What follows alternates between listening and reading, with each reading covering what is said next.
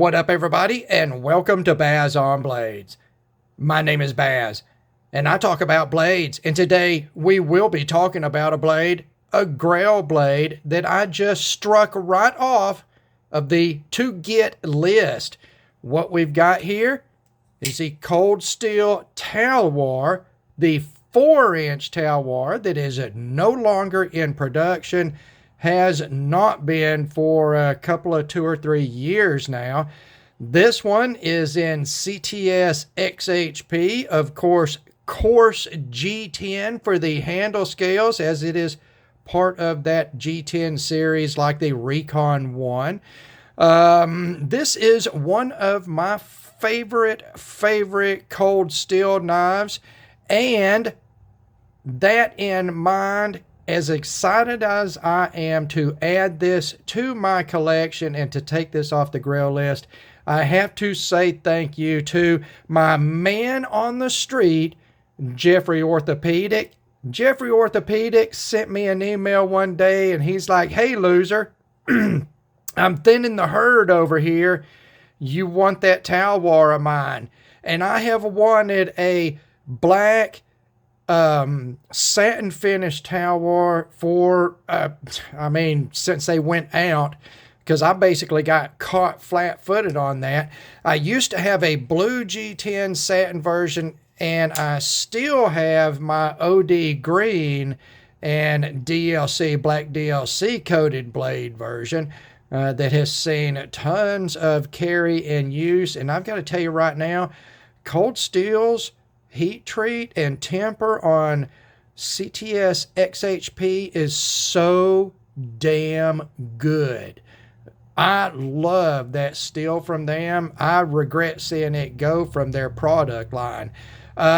This knife has been carried enough that the finish is wearing off of the opening mechanism, off of the back spacer, off of the pocket clip. The DLC on the blade, spotless, man. It's wearing great. And I think this more polished finish, high satin finish that was applied over has a lot to do with that. But this thing's been carried. It's never been sharpened. I stropped this thing. It's never been sharpened. It is still shaving sharp. I am not joking. I stropped it on a piece of cardboard this morning, and I've been carrying it the last few days in anticipation of adding the black satin model and using it, and it's never been sharpened. Dadgummit, I love that steel, which is in this satin black version, the CTS-XHP. It is a high carbon, high performance, modern stainless steel. Typically going to see it rock weld in the 60-62 range. It has excellent corrosion resistance. It's a tough steel as well, so good impact resistance and good, very good edge retention. I very much love CTS-XHP. It is not the easiest stainless steel to resharpen, but it is not super difficult either. You just know that you're sharpening a performance steel. And let's talk about the Talwar in general. Of course, it is a Persian-inspired upswept blade. The tip is not very high above the back of the handle here, so it's not super radical in that trailing point-esque, the upswept tip. But it does have a high tip, plenty of belly. Look at all that belly. It is a very slicey blade. Let's see, right off the top of my head, I'm thinking that's about 20 thousandths behind the edge is what I'm thinking, and that's pretty decent. You're nearly 4 millimeters on this blade stock thickness. I think it's 3.7 millimeters. That's about 150 thousandths of an inch. An excellent blade. Now, is it the most utilitarian blade? I don't know. Some people really like a trailing point for utilitarian use. It can be also tasked for game prep. You got plenty enough belly there and a plenty sharp enough tip to use, as long as you are careful where you are putting that tip when you're dressing that animal out. It is I think, a very useful blade shape, but the thing is, it's, as Nut and Fancy would say, it's the second kind of cool with trailing points with Bazon blades. I just love that design. Combined with the handle, the pistol grip, multi-choiled, narrow top to bottom handle style here, that combination, it just makes this a very, very formidable martial use blade. If I was going to go into harm's way and had to carry a folder in my pocket, one of the two Talwars is the folder I would carry. It is one of the best quote-unquote fighting knives. Not that I ever want to be in a knife fight. I never want to be in a knife fight. I am not a knife fight expert, but if I had to stick a motherfucker, this is the knife I would want to pull out. Because of that blade shape, because of that handle shape, because of that coarse G10, this is a very, very formidable weapon of a knife. And that is what really appeals to me about this knife. Once you have it in hand, that pistol grip, super ergonomic, because yet again, there's no flat places in your hand. You need an ergonomically shaped handle. And it is just, it falls into my hand. My thumb falls right on the jimping. I can go forward with my thumb if I have to onto that modified thumb stud shelf. It would be a disc on an Emerson. It works as a wave feature and sort of thumb stud opening mechanism. Let's look at that. Super, super easy to do. You got a lot of contact area there. It is knurled on the side. It is overhung on the front, so it's got a lip that catches as you pull this out of your pocket. Like I say, works just like an Emerson wave feature, except better. More contact area, more points, more knurling. It catches your pocket whether you want it to or not. It is nearly impossible to pull this knife out of your pocket without waving it open. You've got to consciously do that. So getting it out of your pocket and open using that wave type feature is no big deal at all. Another thing I like about the Talwar. I love the coarse G10 that Cold Steel uses. My OD Green has seen lots of pocket time and hand time, so the very finite edge of that coarseness has broken down on that G10, as it is wont to do.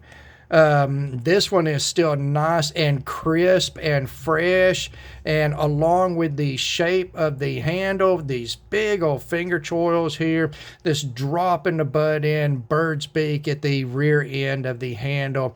You've got a nice thumb ramp area here with your large jimping on the back of the G10 handle scales, and the rocker lock part of the mechanism for the triad lock, your rocker bar, and it has the plunge point on it that locks into the back of the blade tang here. In between that and this big ass stop pin, look at how big that stop pin is in comparison to the thickness of the blade stock. You always, at least as far as Bazon blades is concerned, you want to see your stop pin at least the same thickness as your blade stock, or a little bit heavier. And the reason is, especially on all of these modern folders, this one having this wave type feature on it, and then you've got, flipper knives and all of that, you open them hard, and they really bang on that stop pin. I like to see a large stop pin, and that is part of Andrew Demko's triad lock design, and the main feature that makes this lock as strong as it is, arguably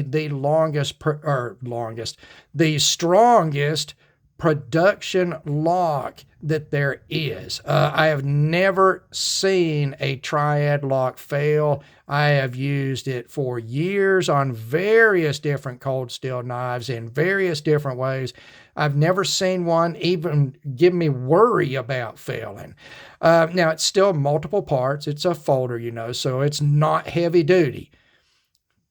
Folders are not heavy duty. I don't care how heavy duty they are.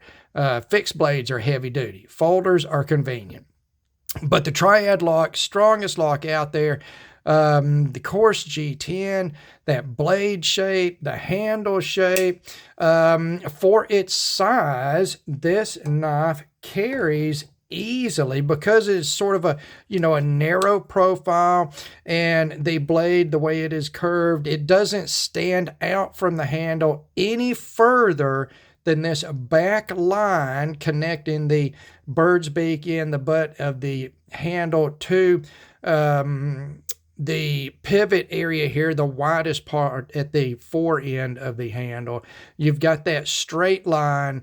The blade is basically that straight line. It doesn't go above that, making it any wider than it already is for this pistol grip shaped handle. So it's not huge for the blade length, which is 3 3/4 of an inch, nearly 4 inches. It is very lightweight because of the G10. I very much enjoy carrying this knife, although I am aware it is in my pocket. It is a sizable knife. Let's check the weight on this thing. And we're going to go 4.94 ounces, and that is 140 grams. So that is not very heavy at all for that blade length. And again, that blade length is, let's see what we got here. To the handle, it is 3 7/8 of an inch. Your cutting edge is going to be, including the belly, you're going to go close to 4 inches of cutting edge on this. Lots of belly, like I said, lots of belly. More belly there is, the more cutting edge length you are getting for the distance. It's very interesting about blade geometry, how that is affected by the profile of the edge. So, Cold Steel Talwar G10. This is the 4-inch version, of course. They did do a giant, like 5.5-inch stupidity level version of it that I never did get because this is a carry knife for me. It is one that's going to be carried, and I'm never going to carry a folder as large as the ridiculous size of these. It just doesn't appeal to me. That doesn't make it good or bad. But this 4-inch version is on the upper end of full size for most people.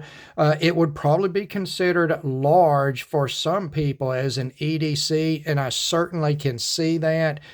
I'm going to carry the shit out of this knife. I love this knife. I love my OD one. I love this build type from Cold Steel, or what used to be Cold Steel. I don't know about the modern Cold Steel post sellout. But the earlier stuff, say just 5 years ago, these are very, very solidly built, and it is absolutely my favorite folder design. I like it even better than the Recon 1. Although the Recon 1 is probably the coolest and best strictly tactical folder on the market. That knife has got a crap ton of goodness going on with it as well. So we got that. Jeffrey Orthopedic sent it. And he didn't just send this, guys. He didn't just sell it to me at a good price, which he did. But he sent a bunch of goodies in with it, and we're going to take a look at those right now. Of course, the knife came in the box. That's the original box for that. Just standard old Cold Steel box. But he threw, let's see, we got a Wee Civivi lanyard here. This is one of the Wee Civivi promo lanyards from last year. It's a black box woven lanyard and a brass bead. And that we're going to throw into the giveaway box where I keep all the giveaway stuff. It's right next to the table here when we get back into doing giveaways.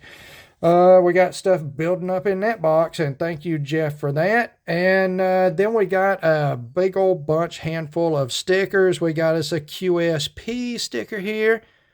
Better Knife, Better Life. Yeah. We got some Knife Work stickers here, a couple of Knife Work stickers. We got some Mojave Outdoor stickers.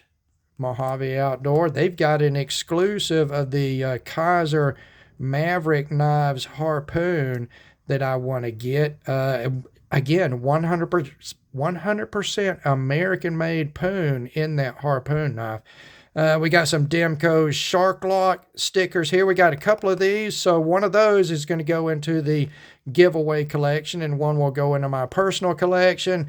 We've got the Relentless Tactical 556 oval here. And then we've got a Smoky Mountain Knife Work sticker. Thank you for those, Jeff. Some of those will go into the giveaway box, and some of them will go into my personal collection. And then beyond that, not only did he get me one of my Grail knives, he sold it to me at a decent price. He didn't scalp me too awful bad. He got it out the same day. It was here in just a couple of days. Fantastic there. That's always good in a transaction.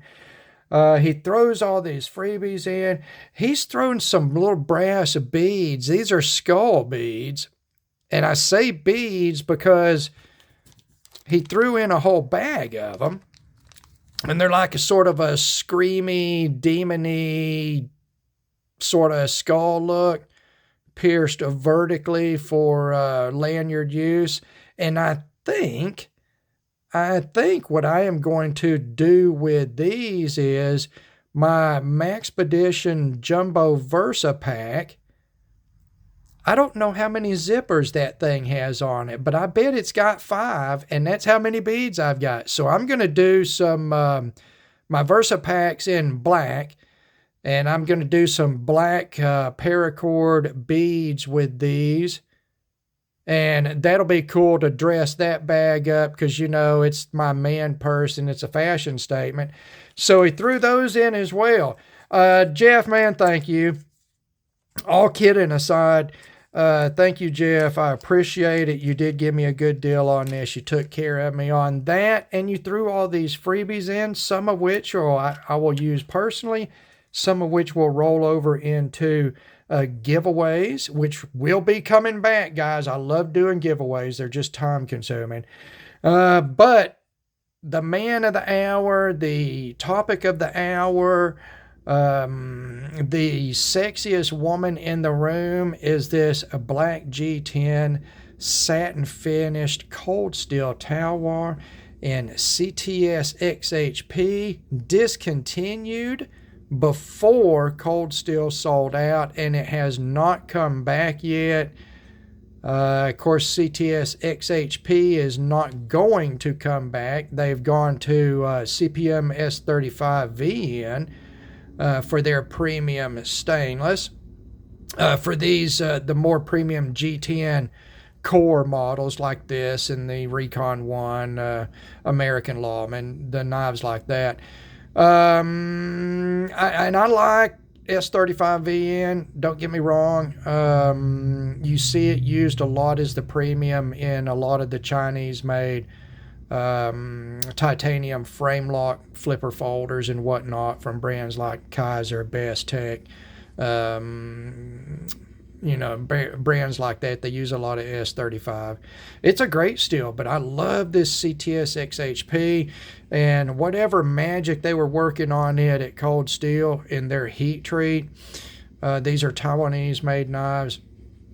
Whatever magic they were doing there. The performance of CTS-XHP and these Cold Steel knives, it's very high. It is very high. I don't do cutting tests because that's not real world.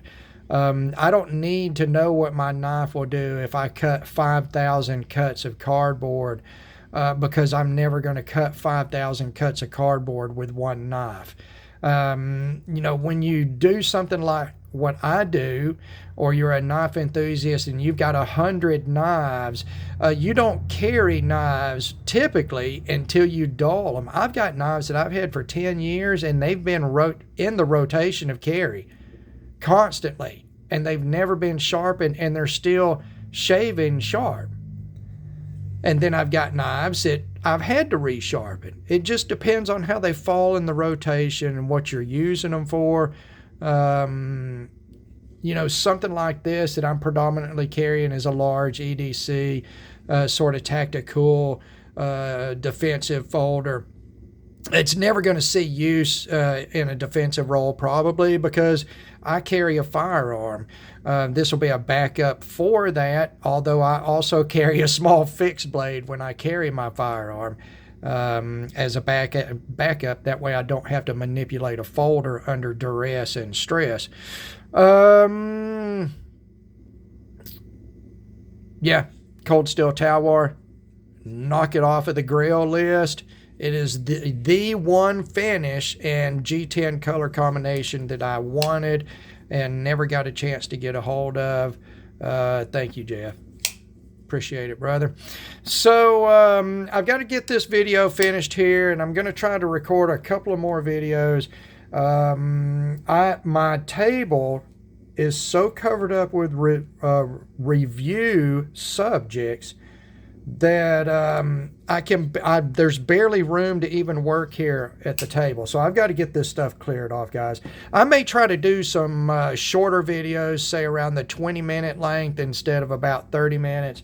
Try to knock some of these out, because I think that I've got 10 or 12 reviews lined up here on the tabletop. As always, thank you very much for taking the time to watch one of my videos. God bless all of you, and we will talk to you again.